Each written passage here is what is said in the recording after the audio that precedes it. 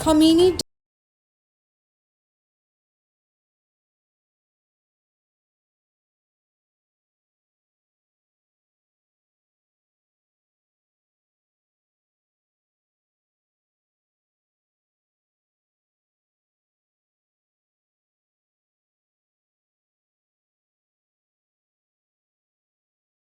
In a matter of weeks, the Islamic Republic of Iran, one of the most rigid and centralized power structures in the world, has seen its leadership systemically wiped out. At the center of this was the killing of the supreme leader Ayatollah Ali Khamenei. But this wasn't just about one man. This is about an entire command structure, military, intelligence and political, being dismantled one leader at a time.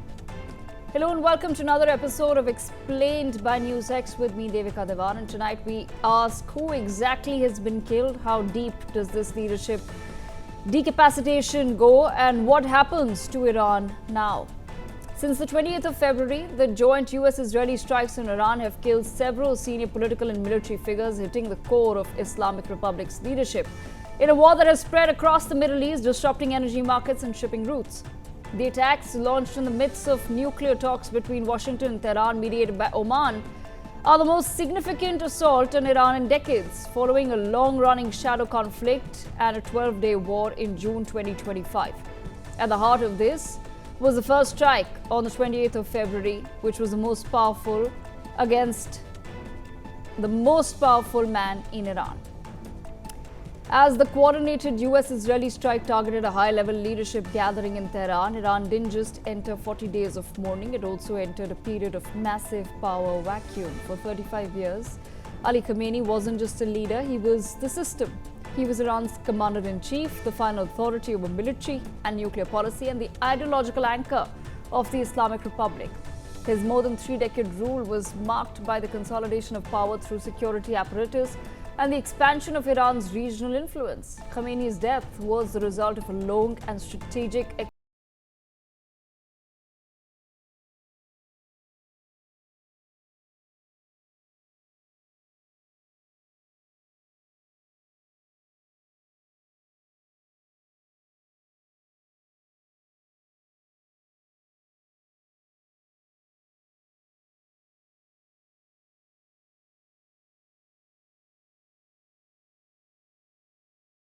official residence shortly before the assassination. The resultant strike on Khamenei's compound was unique in that it was carried out during daylight, with Israel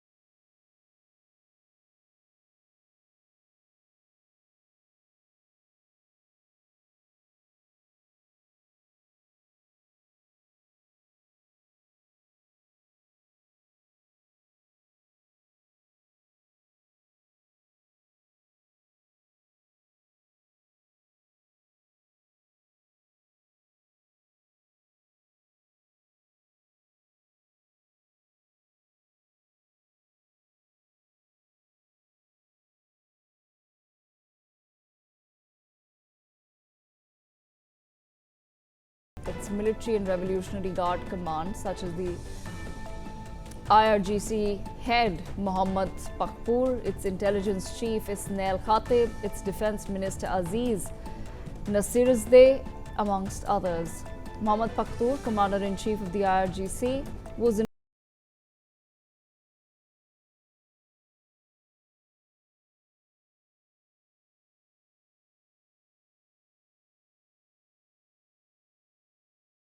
June.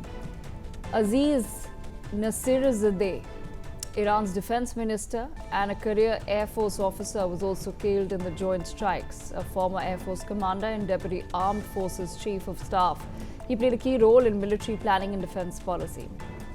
Abdul Rahim Mousavi, Chief of Staff of Iran's Armed Forces, was also killed in the 20th February strikes. A career army officer and former head of the regular army, Atesh, he was responsible for coordinating Iran's military branches and overseeing conventional forces.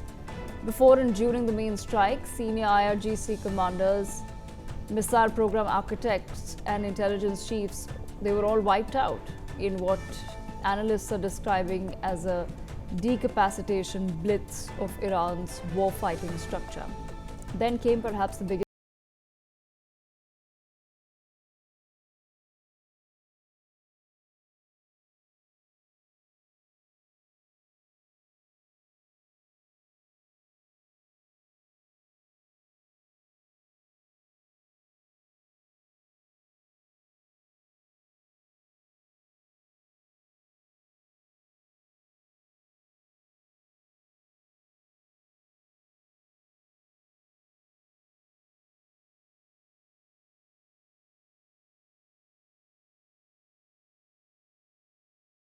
At the time of his death, Larijani was in charge of managing three major crises.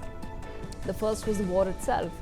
He argued that Iran should prepare for a prolonged struggle and expand the conflict across the region and beyond.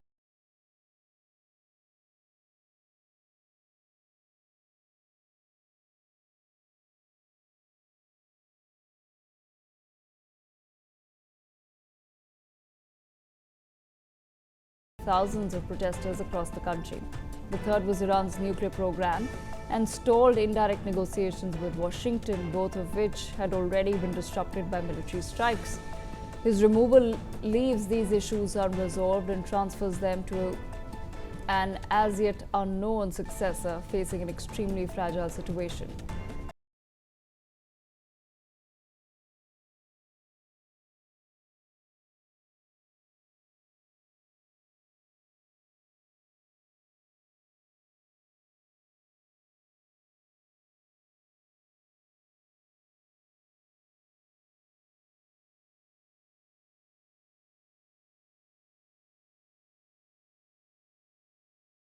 Aren't replaceable overnight. They carried diplomatic experience, factional balance,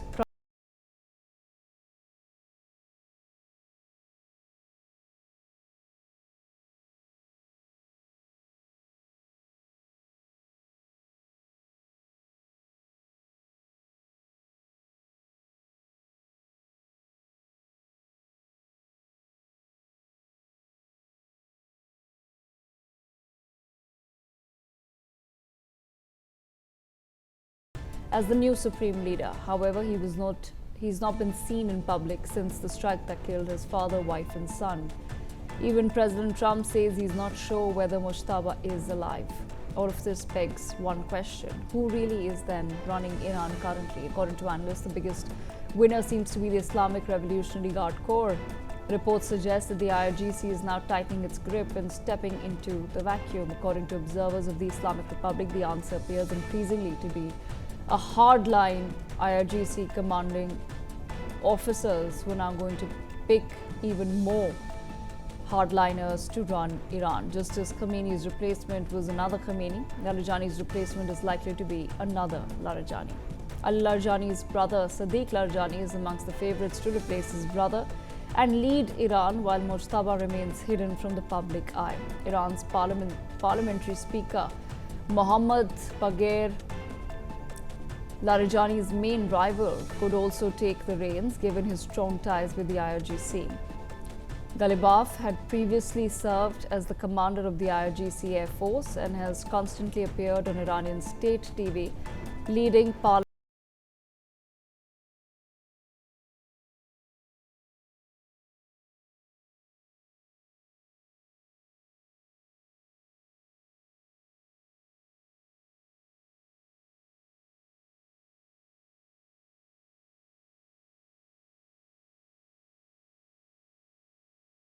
Leader is gone, its military command shattered and its intelligence network exposed, and yet the system still stands. History tells us something important: killing leaders doesn't always end conflict. Sometimes it makes them worse. We've seen it in Iraq and Libya, where removing centralized rulers led to chaos, and even in Afghanistan, where top terrorist leaders were eliminated.